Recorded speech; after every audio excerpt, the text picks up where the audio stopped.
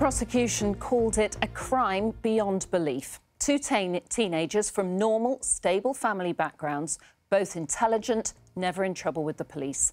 But two teenagers with a dark fascination for violence and torture and what was described as a thirst for killing. Today, the girl and boy, who can't be identified because of their age, were found guilty of the brutal and meticulously planned murder of Brianna Ghey in a Warrington park. Well, let's join Eunice Muller, who's been following the case at Manchester Crown Court. Eunice. Annabelle, there were gasps in the public gallery and the courtroom when the foreman returned those guilty verdicts, first for the girl and then the boy. I was sat just a few metres away from both of them, said to be intelligent and high-functioning. They appeared to show very little emotion after the conviction. After the verdicts came in, Brianna Ghey's mum and dad stood here with the strength to react to those verdicts. Brianna was larger than life.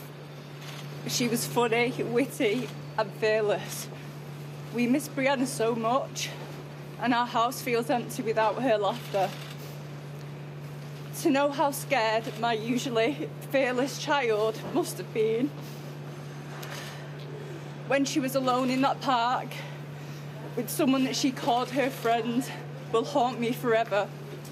Please have some empathy and compassion for the families of the young people convicted of this horrific crime. They too have lost a child, and they must live the rest of their lives knowing what their child has done. We spoke a few days before she was taken from me, and we were arranging to meet each other. It breaks me every day to know I'll never get that chance again. I wish I had been there to protect her, but that's something I must live with. Some of the evidence we've heard here over the past 3 weeks or so has been difficult to comprehend and distressing. I've taken a look at what that evidence was and how the jury made up their minds. When Brianna Ghey left her home for the last time, it was to meet a friend. But that teenager was fascinated by her and with another 15-year-old would kill in a sustained and violent assault. Brianna was stabbed 28 times to her head, neck and to the front and back of her chest, unsurvivable injuries. It was the most brutal, cold-blooded, cruel attack on someone who was a vulnerable and anxious child. It was just incredibly horrific. This handwritten note was found in the girl's bedroom after the pair were arrested. Brianna would be lured to Culcheth Linear Park. There would be a code word. Both would stab their victim. Her body would then be disposed. There was a smiley and a heart in the corner. The teenagers blamed each other for the killing. The girl said the three of them were here when she got bored and decided to go for a walk to stretch her legs. She heard screaming, turned round to see the boy stabbing Brianna. The boy said he was the one who'd walked away, in his case behind a tree, to go to the toilet. He heard sounds and it was the girl stabbing Brianna. They ran after being disturbed by dog walkers who called 999. In the months before, the pair exchanged disturbing messages, often in graphic detail. They were preoccupied with torture, murder and violence. There were searches of the restricted parts of the internet and interest in serial killers, including Harold Shipman. In one message, the girl wrote, "I love watching torture vids, real ones on the dark web." I think what we probably had was a girl with murderous intent, and then she managed to have access or meet someone who shared her views and was willing to do that with her. And that's probably where it tipped from fantasy into reality. The 16-year-old was transgender and had a huge following on TikTok, but she was also anxious and a nervous child and rarely went out on her own. Girl X said she was obsessed with Brianna, in court admitting also finding her attractive. Boy Y referred to the teenager as it and used derogatory language, later called her unnatural. On the 23rd of January, Girl X said she tried to kill her with a pills overdose. Brianna's mother recalled her daughter screaming in pain, shouting, "I think I'm going to die." By late January, the pair had discussed a kill list of children.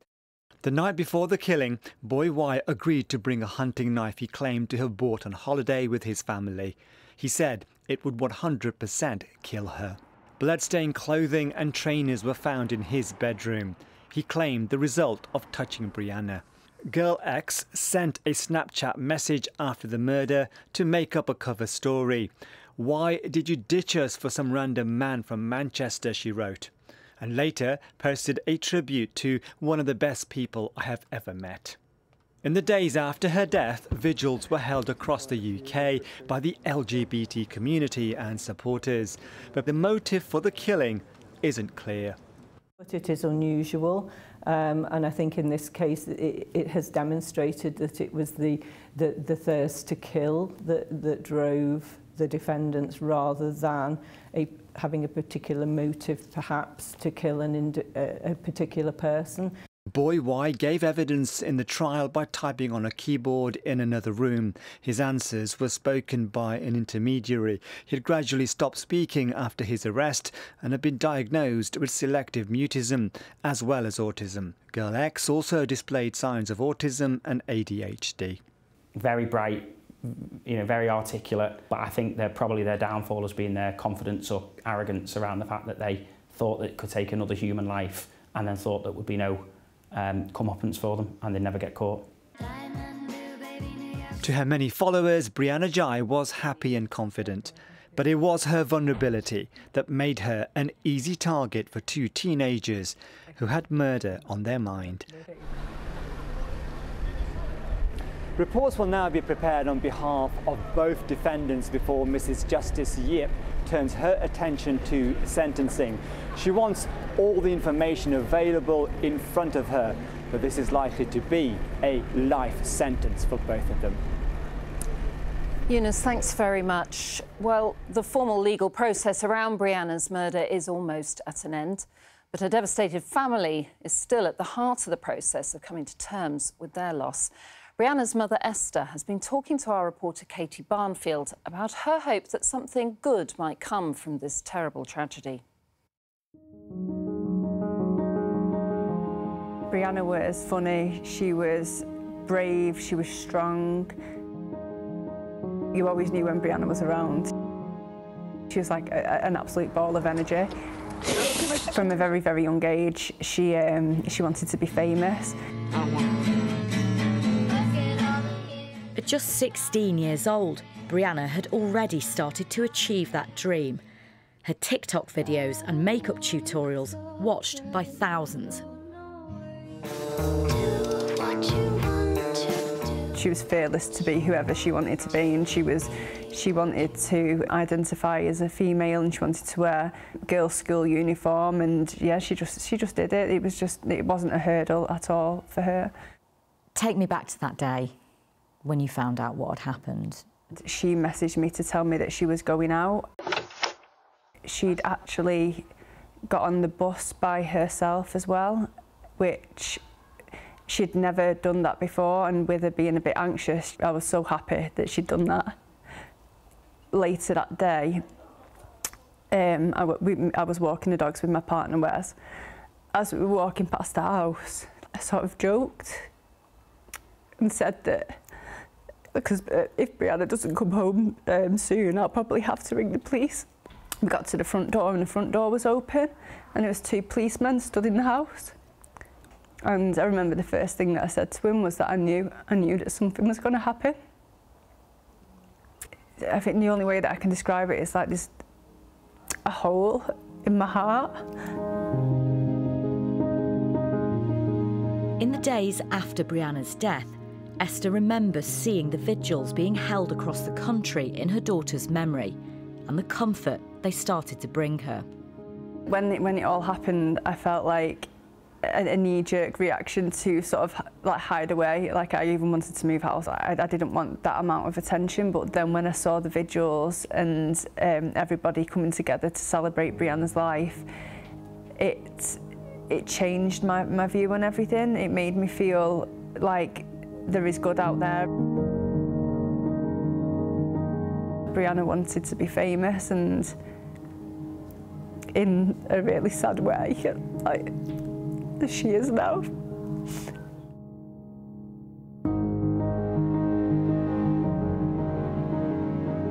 At Brianna's school, Birchwood Community High, her head teacher, Emma Mills, arranged for a cherry blossom tree to be planted in her memory. The cherry blossom has become kind of real symbol around Brianna. The time of year that Brianna died, all the cherry blossoms were out, and everywhere you went, you just saw pink. It just made us think about Brianna all the time.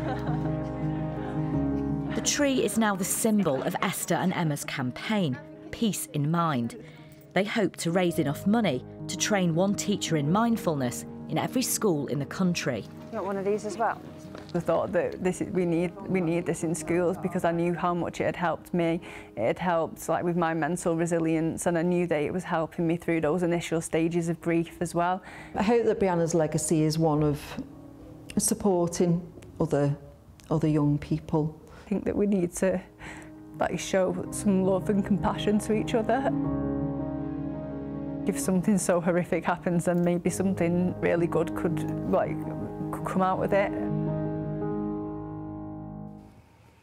Katie Barnfield speaking to Brianna's mum about her legacy. And there's a special radio documentary on this story. The programme, The Murder of Brianna Ghey, a File on 4 special, is available now on BBC Sounds. In other news, millions of